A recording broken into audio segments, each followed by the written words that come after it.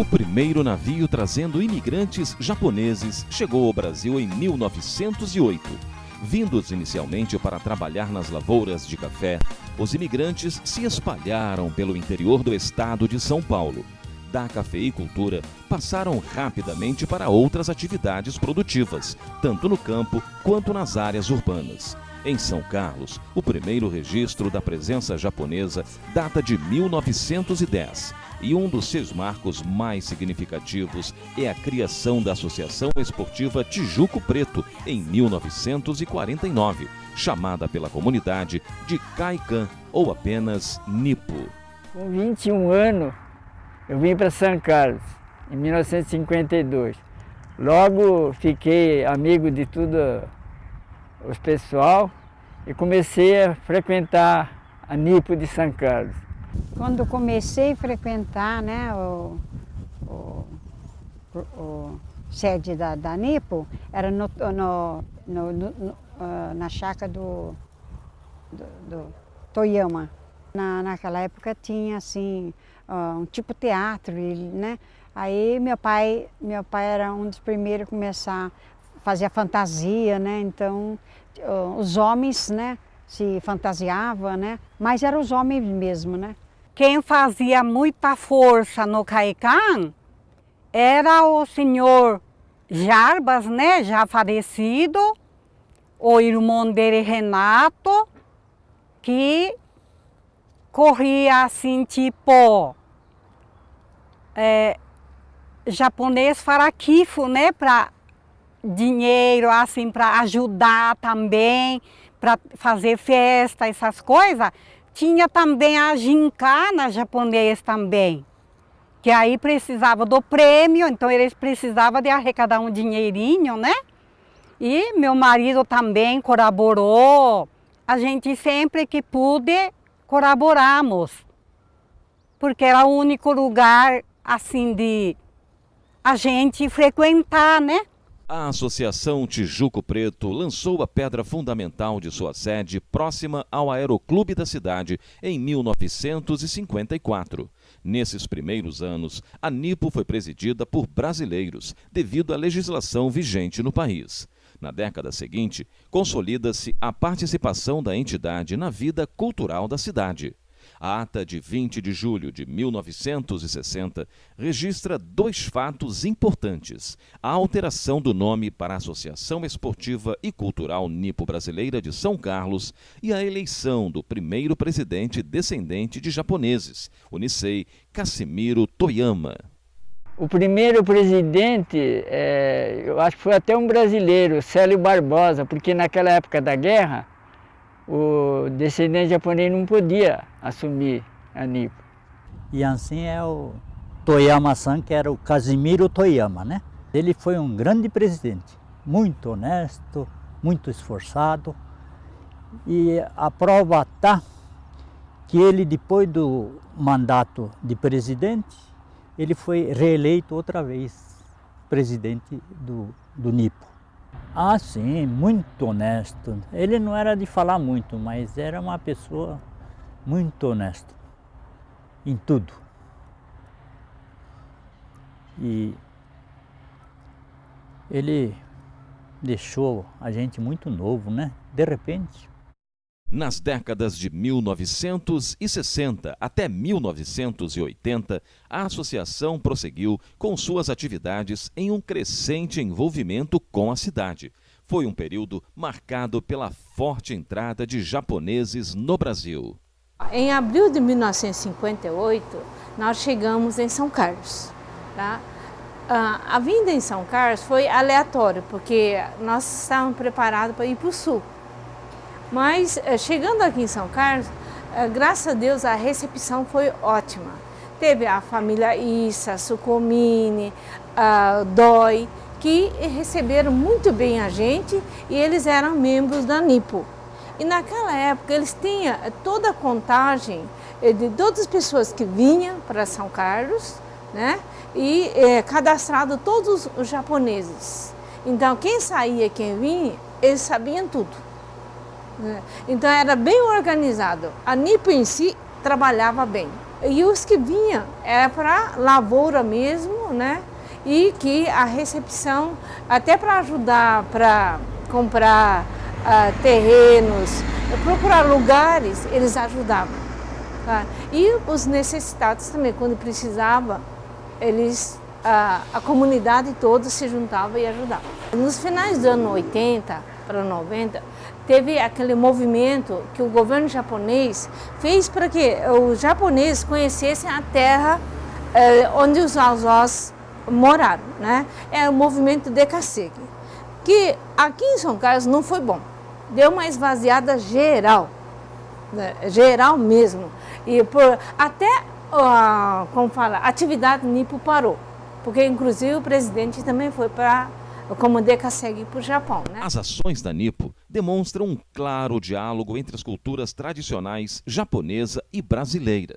No esporte, destaca-se a prática de artes marciais e futebol. Nas atividades culturais, o Undokai, as brincadeiras dançantes e os bailes de carnaval, que contavam com a participação de vários brasileiros.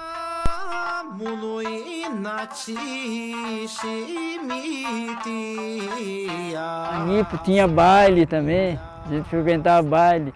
E os velhos, de vez em quando, trazia aquele cinema antigo. E a Nipo tinha muita atividade. Tinha o primeirinho e o segundinho, né? E eu sempre fui de segundinho, porque não era muito bom de bola. Então, eu como atleta do Nipo, e depois é que comecei a tomar conta do time. Mas isso já faz muito tempo. A cidade de São Carlos tinha muito atleta da colônia. A gente ia jogar futebol, mas não era um futebol bonito, era uma correria que ninguém segurava. Porque o japonês é esforçado, não é um craque na bola. Ia 2 times, né, jogar futebol na fazenda. Mas para jogar nessas fazendas, naqueles tempos, não era fácil, viu? Era difícil, porque era muita confusão, eles não queriam perder e a gente também não, e no fim saía muito atrito nessas fazendas aí. Principalmente na fazenda Itaguaçu, que precisamos atravessar um brejo correndo para não apanhar do pessoal da fazenda lá. Isso aconteceu. Fomos jogar o torneio em Uberaba, Minas Gerais, que fomos convidados. E lá a gente estava com um time bom, levantamos o título de campeão do torneio. É o único título que a Associação de São Carlos tem, que é a Nipo Brasileira de São Carlos. A minha participação na Associação Nipo Brasileira deu-se mais ou menos no final de 1961, início de 1962, através do esporte. Nós jogávamos futebol e a convite do Silvio Moromizato, que era diretor esportivo da Associação Nipo Brasileira e disputava campeonato varziano comigo, ele me convidou a vir a participar de jogos da associação. E o interessante é que eram basicamente japoneses que jogavam e 2 ou 3 brasileiros convidados pelo Silvio. E eu era um desses brasileiros. Pesquisando a questão das artes marciais que eram praticadas em São Carlos, né, a gente concluiu que elas começam, a história delas está muito associada à história do Kaikan, né? As primeiras aulas parece que acontecem no próprio Kaikan. As primeiras artes que a gente tem registro de ser praticadas sistematicamente são o judô, mas também tem uma participação do kendo e do sumô em alguns eventos isolados. Parece que no comecinho da década de 50 tem um encontro de artes marciais e que tem essas artes que vêm, e além do judô, o karatê-do. O judô é a primeira arte que chega em São Carlos, já tem uma equipe de praticantes no Caican durante a década de 50. Parece que em 59 surge a primeira academia fora do Caican, que é a academia do Romeu Alberto. O Karatê-Do já chega um pouquinho mais tarde, né? Porque a própria história dele já é mais recente e ela não é uma arte que vem do território do Japão. Ela vem de Okinawa, que é uma ilha situada no arquipélago ao sul do Japão. Tem uma história um pouco mais recente e demora um pouco mais para aportar ao Brasil. Então, o Karatê-Do começa a se desenvolver no seio do Caican, mais ou menos por 66, por aí, 68, né? E uma figura central para essa prática vai ser a de Minoru Harada. A partir final da década de 70, já começa a se ter um movimento um pouco mais consolidado, as primeiras academias começam a ser inauguradas em meados da década de 80, a gente tem a academia do professor Pares, do professor Santos. Isso a gente mostra, né, um movimento dessas artes saindo do Caican e indo para a cidade, e dando suas contribuições para os cidadãos de São Carlos, né? Mas tudo surge lá da agremiação dos nipodescendentes. Até uns 10 anos, eu só falava japonês, porque meu pai exigia que a gente conversasse, né?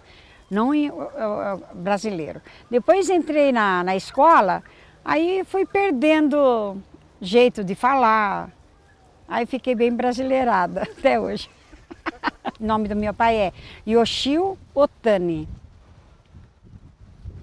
E sempre meu pai levava, desde pequeno meu pai levava, né, eu, minhas irmãs, na Nipo, né, para aprender a dançar. Tanto é que a gente apresentava muitas danças, aprendia na escola, tinha aula japonês. Meu pai sempre levava a gente, então a gente sempre estava assim, participando, né, do clube. Tinha um dokai também, tinha corrida japonês, né, então a gente sempre estava lá. A gente participava assim nos festejos, todas as coisas que tinha no Caican, o Ano Novo, que festejava, e também a data do nascimento do imperador do Japão, mas não atual, que era o pai dele, né? Cantava o hino do Japão e depois era comes e bebe, o cinema, que ajuntava toda a colônia japonesa, né? Que era muito difícil o cinema naquela época, mas os moços do clube que trazia e a gente assistia o filme japonês. E também tinha danças, né? Típico a japonesa. E o meu sogro até chegou a doar o kimono, né? Que é usado na dança japonesa.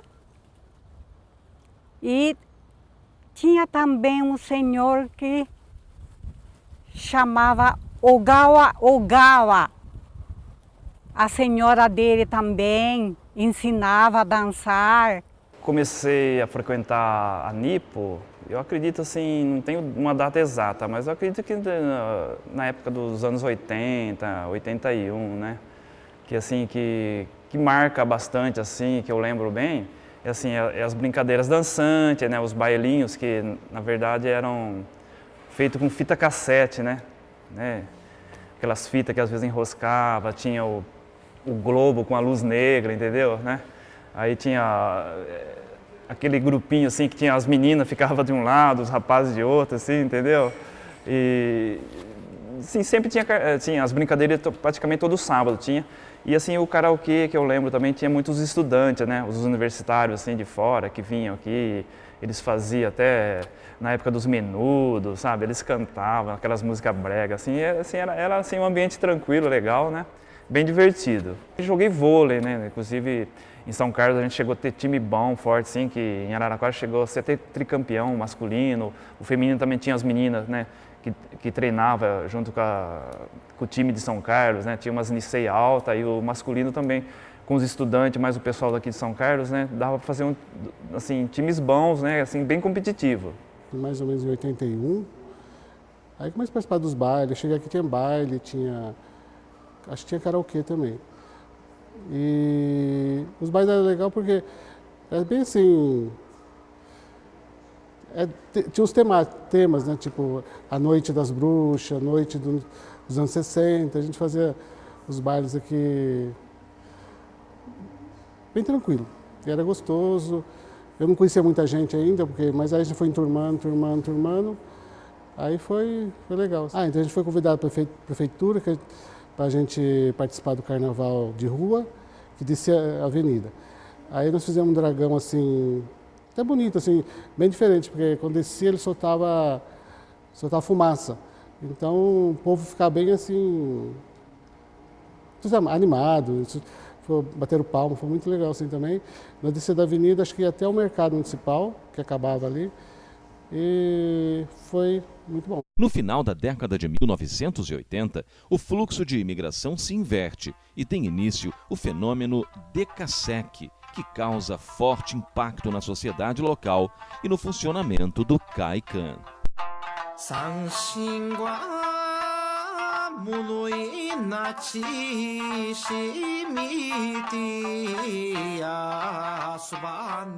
Então eu tive a ideia de ir trabalhar no Japão para ganhar um dinheirinho. E eu com a minha mulher fomos trabalhar no Japão. Em 2 anos eu consegui o dinheiro para comprar a casa onde eu moro hoje. Eu fui para o Japão no ano de 1990, né, no começo do ano. E assim, a princípio a minha intenção era ir ficar 2 anos, construir minha casa, né, e depois retornar. Foi prorrogando, acabou ficando assim quase uma década lá, entendeu? Da cidade muita gente foi, né, os descendentes assim, olha, praticamente assim, tipo, acho que uns 60% dos descendentes, acho que estava indo para lá. A saída de nipo-brasileiros é intensa e em 1998 a sede social da Nipo é fechada, sendo suas atividades suspensas. São Carlos ficou só com as mulheres, né, descendentes, com as mulheres niqueis. E como na época não existia essa tradição de mulher participar de diretoria e tudo mais e tocar a associação, então acabou parando. Foi um período realmente difícil. Esse período em que houve necessidade de paralisação foi realmente o período negro, que a gente, digamos assim, pode-se dizer da associação. Mas essa história começa a mudar quando um grupo de senhoras, em 2004, criou o Tomonokai, cultivando a cultura tradicional japonesa por meio da música, dança, culinária e outras práticas cotidianas. Bom, faz 8 anos e meio, quase 9 anos, naquela época, Nipo estava desativado. E nós, da nossa geração, da Nicei e Sei, sente muito falta da nossa raiz, principalmente da conterrâneos, da comida, do contato, né? Então a gente estava querendo montar alguma coisa, um clube ou associação, assim, baseado tudo na cultura e para relembrar a época da criança, tudo, né, que os pais ensinaram, aqueles valores japoneses e aquele criação enérgica, né, e já estava sendo meio esquecidos. E na época, eu falei, o que nós vamos fazer? O que de cultura, né? O que era mais rápido para a gente fazer no lugar que não tem nada, não tinha nada. Então era dança, né? Dança da província, né? Típico, dança típica, né? E então optamos por dança. Depois veio a culinária e agora a gente está pensando mais no ikebana, mais assim, o culinária mais avançado, né? Nós estamos apoiando no Assembly, né? O que a gente puder fazer, a gente quer ajudar para ver se reergue. Já está erguido, né? Mas para levar mais para frente a colônia japonesa, né? Primeiro evento foi na estação. Naquela época, para nós foi uma grande satisfação fazer primeiro a apresentação, que não tinha nem o kimono, não tinha tudo improvisado, né? E nós bolamos um desfile de moda, não, desfile de roupa típica, né? De crianças, de adultos. Apenas foi 5 apresentações, foi mais muito emocionante. Aí, de embalo, né? Surgiu a ideia de vamos fazer Bon Odori, né? Esse foi em julho e o primeiro Bon Odori foi no Lions Club, no final de agosto do mesmo ano.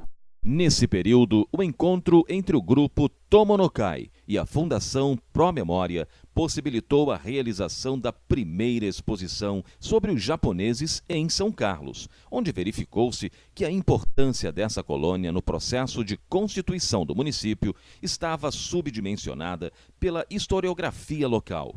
Esta aproximação garantiu ainda uma participação marcante da comunidade nas comemorações do Sesc Centenário do município em 2007.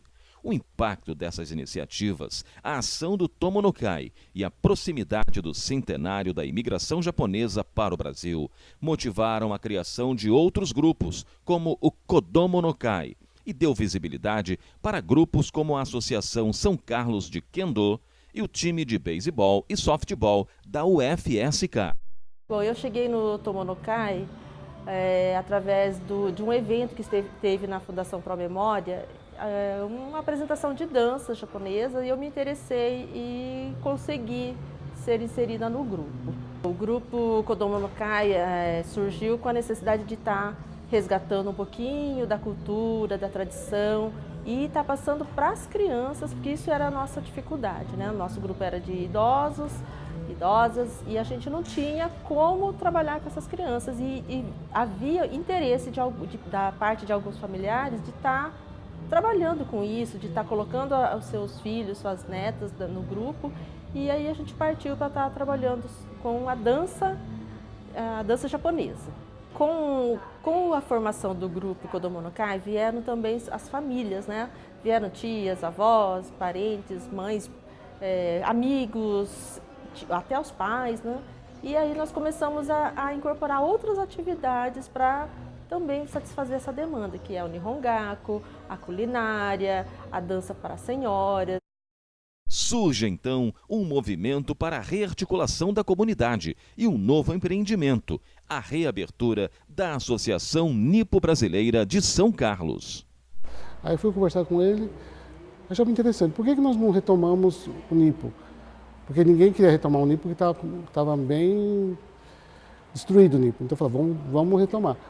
Aí ficou naquela conversa, aí na segunda, na terça, ele foi na loja lá, na minha loja, e perguntou, vamos retomar? Eu falei, vamos.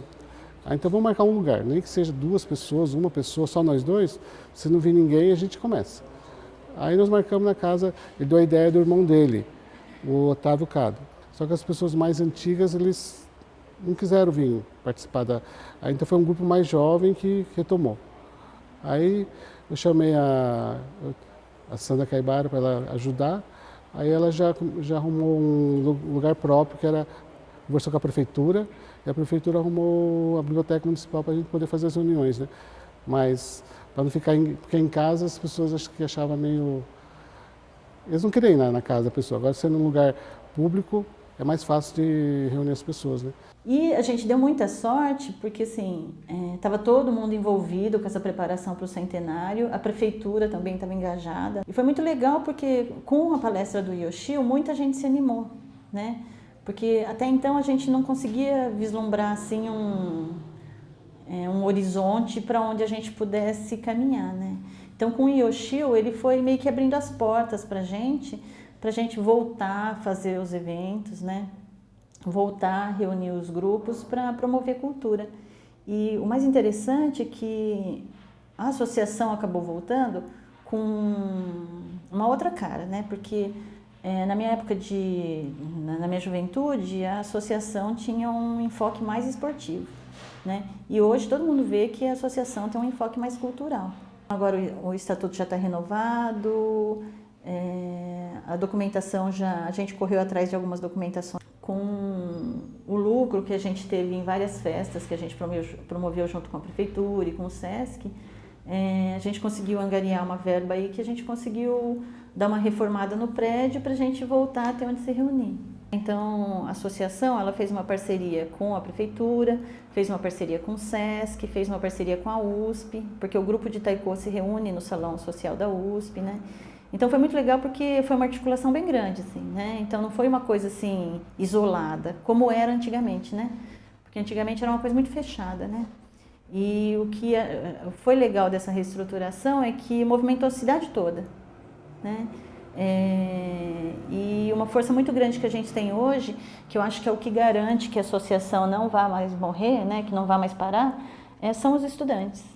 Em 2010, o projeto se consolida e uma nova diretoria foi oficialmente empossada. O clube já se fazia presente desde 2007, com atividades fora da sede social, utilizando outros espaços, sendo da Prefeitura, da Fundação Promemória. Então, por ocasião da reinauguração, já existiam os grupos de dança, grupos de taiko, grupos de karaokê, a escola de língua japonesa e vinham se sendo feitas várias atividades ligadas à cultura japonesa. Ocorrendo a reinauguração do clube em outubro de 2009, reinventamos o clube, uma vez que todos os grupos que trabalhavam fora da sede social passaram a frequentar esse espaço. Um grande contingente de jovens fazem uma força muito grande em todas as atividades que fazemos. Esses jovens fazem parte do Seinenkai, que é o grupo de jovens. Hoje no Seinenkai tem em torno de 40 a 50 pessoas ativas. Hoje em dia o Seinenkai é feito em grande parte por universitários da USP e da UFSCar. Mas as pessoas mais novas do Seinenkai, em princípio, eles são os da cidade mesmo. O Seinen ele ajuda nos eventos do Kaikan, mas nós somos responsáveis pelo Undokai. Eu vim para São Carlos em 2002, vim de Maringá, onde tem uma colônia muito forte, né, lá no Paraná. Quando eu cheguei aqui, eu percebi que aqui não havia essa atividade cultural japonesa, né? E aí eu imaginei que fosse por causa do fenômeno Dekasegi. Assim como lá em Maringá tinha diminuído bastante, eu imaginei que aqui então também estivesse ocorrendo a mesma coisa. Somente em 2008, uma ligação da Palmira Tuboy em casa, perguntando se eu sabia cantar alguma música japonesa para apresentar no Matsuri, que seria um evento da prefeitura, o primeiro evento da prefeitura, então, na comemoração do centenário da imigração japonesa. Então ela e o Jairo Tuboy foram em casa e combinamos então as apresentações, chamamos outras pessoas, eles chamaram, né, a maioria. E aí formou o grupo para essa apresentação do Matsuri de 2008. Depois disso, então o grupo começou a ensaiar na Estação Cultura, lá na Promemória, e o grupo foi se fortalecendo.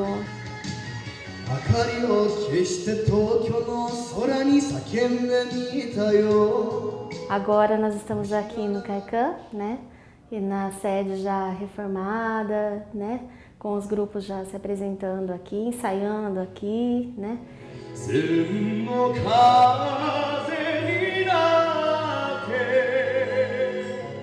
Bom, o karaokê é uma atividade bem característica japonesa, assim, começou no Japão e é uma atividade bem democrática, né? Não sei se é a mais, posso até dizer a mais democrática, porque no mesmo ambiente pode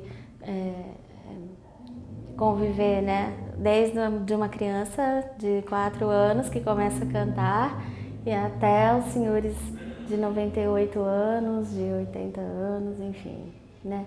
Que é o que acontece aqui no Kaikan também.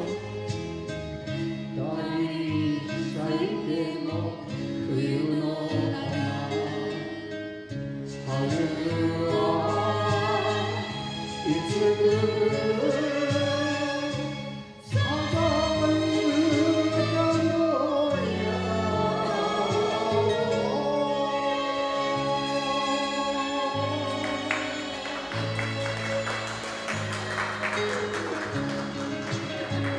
Eu me lembro, assim, como primeira atividade dentro da coletividade nipo-brasileira aqui em São Carlos, foi o Kendo, que era uma atividade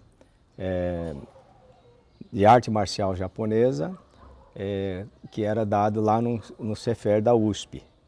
É um curso de extensão universitária.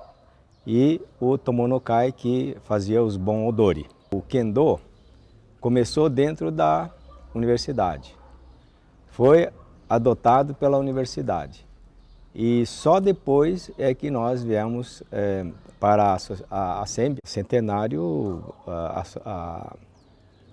foi importantíssimo o ressurgimento das atividades da associação. E sem dúvida o centenário foi um marco, porque foi o centenário da imigração japonesa que fez a comunidade japonesa se reunir novamente e reerguer a associação. O grupo São Carlos Yanagi Taiko, ele começou em novembro de 2007, foi por uma iniciativa da Associação Cultural e Esportiva Nipo-Brasileira aqui de São Carlos, no início na pessoa da Sandra Kaibara, do Masao Akizaka, do Kado, e junto com estudantes da Universidade Federal de São Carlos, Fábio Henrique Shiga e Sabrina Araújo de França, que já tinham conhecimento dessa arte do taiko nas suas cidades, que eram de Marília e de São Caetano do Sul. Nosso grupo ele já participou de vários eventos, né? Principalmente nas cidades aqui na região. A gente costuma ser convidado para eventos como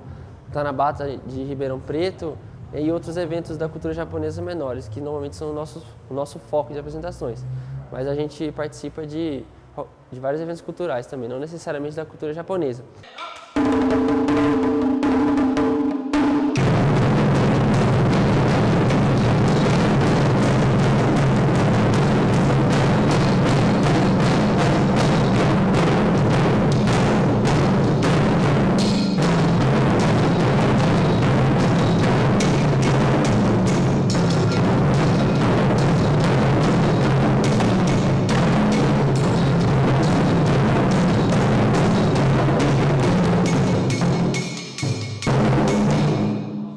Todo ano vem um grupo que hoje se chama Japan Marvelous, que são professores que vêm do Japão e todo ano eles ensinam uma música diferente pra gente. Além do grupo Japan Marvelous, aqui no Brasil tem uma Associação Brasileira de Taiko, da qual a gente faz parte também. E aí eventualmente a gente pede para a associação trazer professores aqui para nos ensinar. Nós temos a escola de japonês, que é um ponto forte para a divulgação da cultura. Temos o grupo de Kendo, que faz um treino aqui no clube. Temos grupo de tênis de mesa, grupo de karaokê. E temos um grupo também que é muito importante na estrutura do clube, que é o grupo que trabalha, isso assim, todo o clube trabalha conjuntamente nas nossas atividades festivas. Lembramos também que temos o clube de dança, que é o Tomonokai, e temos o grupo de Taiko, que é um grupo já reconhecido, forte e que muito nos orgulha. Todo o fundo da reestruturação e da reforma do clube veio do trabalho nas feiras, e a gente teve uma participação muito grande em alguns eventos da prefeitura, do SESC. Então é uma forma que nós encontramos de prover recursos para essas reformas e a reinauguração do clube. Acreditamos que devagar a gente vai crescendo, e isso a gente já observa, porque hoje nós temos vários grupos, nós temos uma sede social e cada vez mais outras atividades vão se desenvolvendo. O destino da Nipo foi redesenhado a partir de 2007.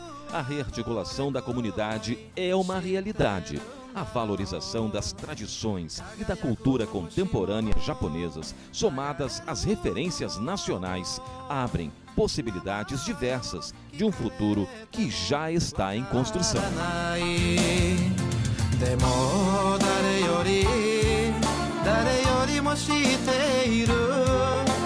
悲しい時